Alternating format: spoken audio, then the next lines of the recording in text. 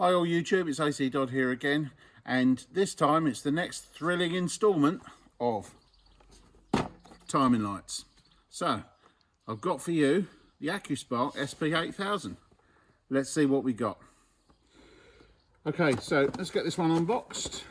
Now it's just to say that I wasn't provided with this one, so Accuspark haven't sent me one. I bought this with my own money. So this is a much cheaper timing light than the one we've reviewed before, which was the Innova light. So this is the SP8000, and this retails in the UK for £49.95. Okay, so taking the package open, the first thing I noticed about the Accuspark is comes with instructions. Now this is pretty good. So if you're not used to using timing lights, this set of instructions actually shows you how to, go through and use the timing light. That wasn't provided on the previous one, but then again, I think that's because it's probably aimed at the more professional user. So in this case, this is sort of more of a do-it-yourself light. So that's a good start. However, this is where we start to notice a bit of difference. Now, obviously, we paid a lot less money for this, so with a reduction in price, you get a reduction in quality. So let's just have a quick look at the leads and the clips. So the first thing we notice here is that the connection of the cables aren't soldered. So what we've got is a soldered cable, but it's just kind of crimped in, and that's the same on both of those. All right. And the other thing is, obviously, the cable is a little bit lower quality than the more expensive innova unit, but still nice and flexible. So that should still work fine when we use it on the vehicle. Again, we've got a plastic clip, feels nice. So we'll see how that works. The actual timing light itself, the first thing I notice about it, it's a bit toy-like. Okay, so it kind of looks a little bit like a toy. It looks a bit cheap, it feels a bit cheap. However, that's only its look and feel. If this works well, then it could be a budget option. Moving around to the back, we get the controls. So there is a button for 4 or 2-stroke. There is a button for toggling between the RPM and the advance angle, and there's obviously the 2 buttons up and down there in the middle to toggle the advance, the amount of advance up and down. So and it has a display there, and that's what obviously is displayed depending on what you set. And on this model there is a trigger, so there's a trigger to pull the to switch the light on. Now older timing lights typically had that design, whereas the professional ones, that they carry on running all the time until you switch them on and off. This one has a trigger, so that's quite useful to keep the bulb life, but we don't know how bright this is yet. So what we're now going to do is take this on the road and see how it performs. Okay, so we've got the Accuspark timing light, and we've got an engine. It's silver engine here. This engine's got electronic ignition on it, which I think is an Accuspark. Yeah, it's an Accuspark module. So obviously it goes with the Accuspark timing light. So first thing we're going to do is connect it up. Now we've already had a look at these this connector. It's actually the same type of connector that's on the Innova timing light. It's just the cables are a little bit thinner. So let's connect it up and see what we got. On this engine we've got a convenient source of power, just there. And the earth. And that's our connection. So first thing that's coming up is the RPM. Alright? Now that doesn't make any sense to me whatsoever. Alright? So as you can see, that's all over the place, and that's not actually reading what we've actually got. So let me just put the snap-on timing light next to it.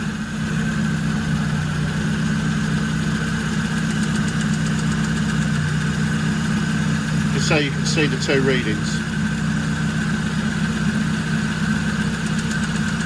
Alright? So what we're going to do, one of the things you do, I always turn these clips round, just to see if it makes it any better. So we'll just watch that. No, it's all over the place.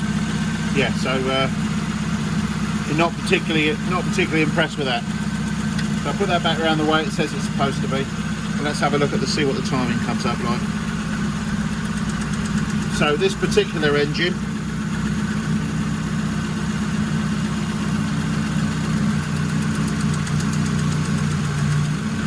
well, it's moving around a bit. I think I've got 15. So let's compare that with the good old faithful snap-on, which I know for many years is reading pretty good.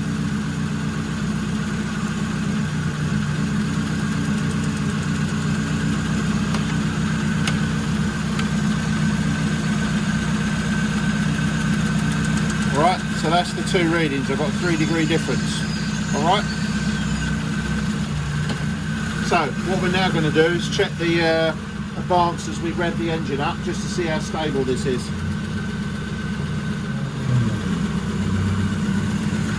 Now in terms of the light, it's not bad. So the strength of the light is not too bad.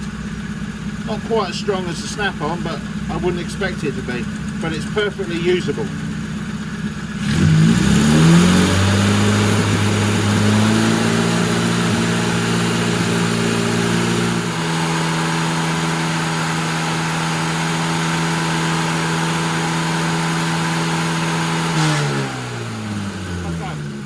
Trying to determine if I've got 30 degrees at the engine. The problem is, and I don't think we can see it on the camera, is that the timing mark is moving a good inch either side of the TDC point.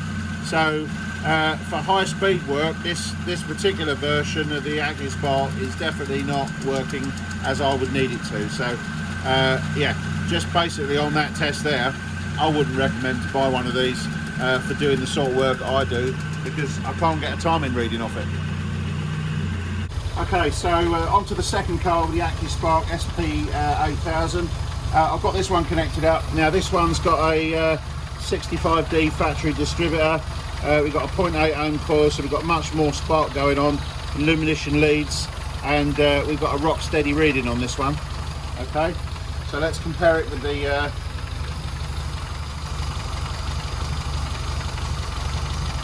now this one's reading better.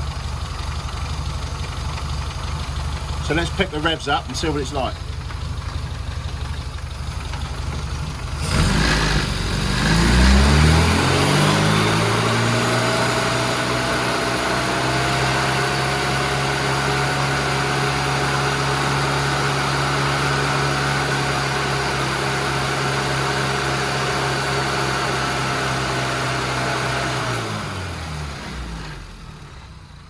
And then you get this problem. So it won't advance.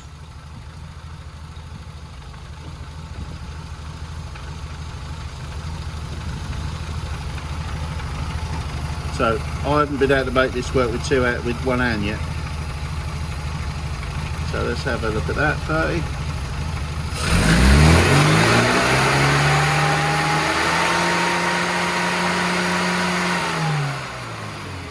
Right. Okay, so I tested this one looking at the 30 degree full in point.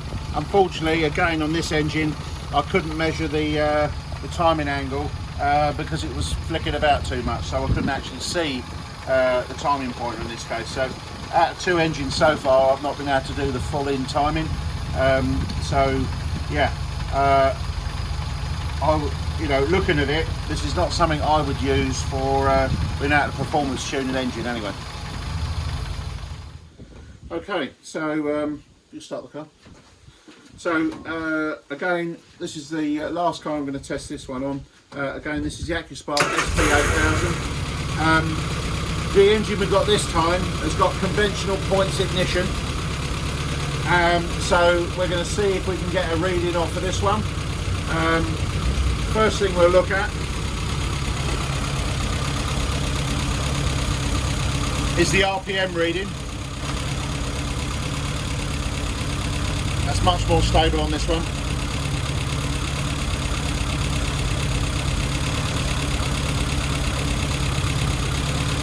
So let's just give that a rev.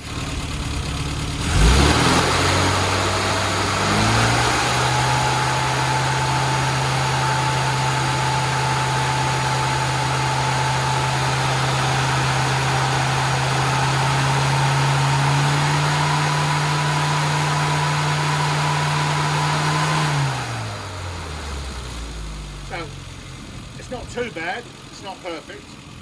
Let's see what sort of reading we can get off of the engine.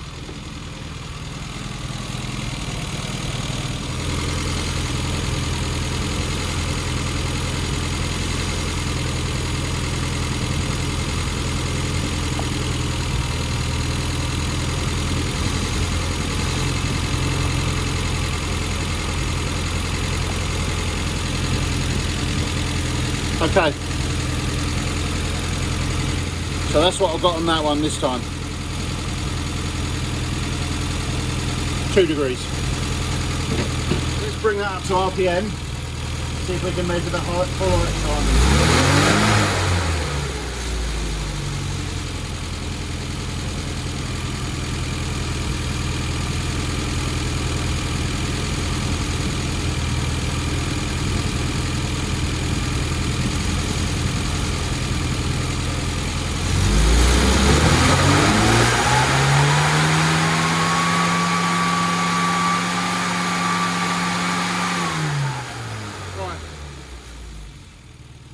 Again, in this one, the timing on the engine is moving too much and I can't get a reading with this timing light. So again, I'm not finding, that's the third engine I've not been able to get the full power timing on.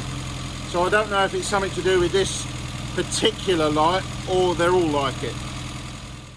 So we tested it on the road and there was a few issues with it. Namely, it was the high speed running. It didn't seem to flash consistently. Wasn't able to get a reading when the engine was doing upper elevated RPMs. So what I suggest this timing light is actually used for is base timing setting. So that's just setting your idle and maybe just a few hundred RPM above the idle. It's okay for that, but if you're in the business of you wanting to measure advance curves and things like that, or you want to get the best performance out of your engine by making sure your advance is right away across the rev range, this certainly, based on this one light that I've tested, this one is not suitable for that job. So I would advise to purchase a different unit and perhaps look at the innova one that I tested before, because that was perfect for that application. In this case, if you had somebody like myself set up your ignition and you just wanted to service the car and do the base setting, you could absolutely use this one to do that setting. In terms of what we found on the screen with the readings moving about, that seems to be fairly common with the cheaper type of lights, so I wouldn't worry about it too much, although it can be annoying, as you can see, when it's not actually reading what you'd expect it to be. Anyway, one thing I was quite surprised with was how good the brightness of the bulb was.